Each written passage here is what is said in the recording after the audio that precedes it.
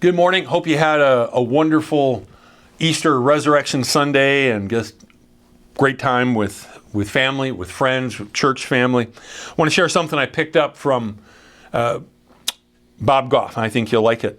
And I want to start by reading 1 Thessalonians chapter 5, verse 11. Therefore, encourage one another and build each other up, just as in fact you are doing. I'll tell you what, as a pastor, I love to be able to affirm things. In other words, do this, but hey, you're already doing it.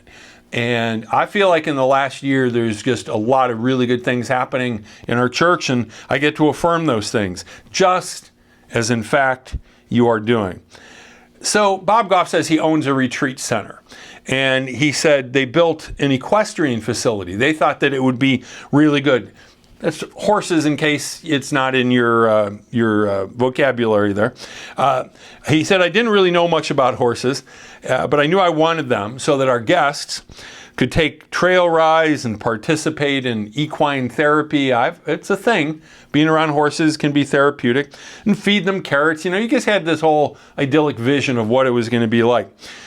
What he didn't realize initially was that having fields and hay and a big barn, it was a magnet. It was a magnet for people who wanted to give away their horses. Well, you can imagine they weren't giving secretariat or anything like that to him. So when the first horse arrived, he thought, how nice of them. It was really nice. Until he put a saddle on and tried to go for a ride. Then he received a second and a third and a fourth free horse. Each one was worse than the previous one.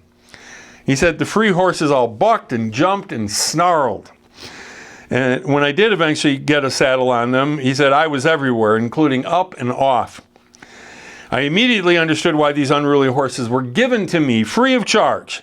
They were so mean they could make hornets look cuddly. So one day he pulled the farm manager aside. And the farm manager's got like a nice cowboy hat on. And he said to the farm manager, we've got to break these horses and get them in line. He squinted his eyes at me in the afternoon sun, pushed his cowboy hat up a quarter inch like Curly from City Slickers. Yep, and corrected me with the kindness of Mother Teresa and the wisdom of Solomon. I really like this. He said, Bob, we don't break horses here, we start them. Wow. And he said, starting a horse is getting familiar with the rider, the saddle, the inputs, the expectations. It's about building a relationship with the horse. Breaking a horse, on the other hand, is about compliance rather than about trust. And Bob says, that'll preach. And you know what? I just read this recently and I said, that'll preach. I want to share that. And I'll tell you what, I used to do quite a bit of horseback riding. And the first thing I did when I got on the horse, a lot of people just sit there in the corral while everybody else got on board. My brother and I would do the same thing. I'm not saying other people didn't, but I know we always did. Especially if it's a horse I'd never ridden before. Before we went out on the trail, I would walk around the corral.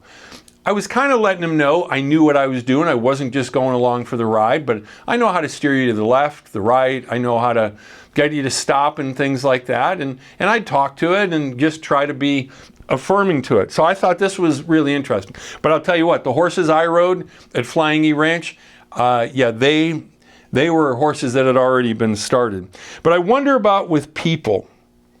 What if we started with people and instead of thinking, oh, we need to break these folks of their bad habits, get them to comply with Jesus. No, I think it would work a whole lot better to build stronger bonds with the Lord and with one another. God wants a relationship with us that's based on trust and is built over time. It has to be built over time. So if that's the way it works with horses, you know what? I think it really works with people too.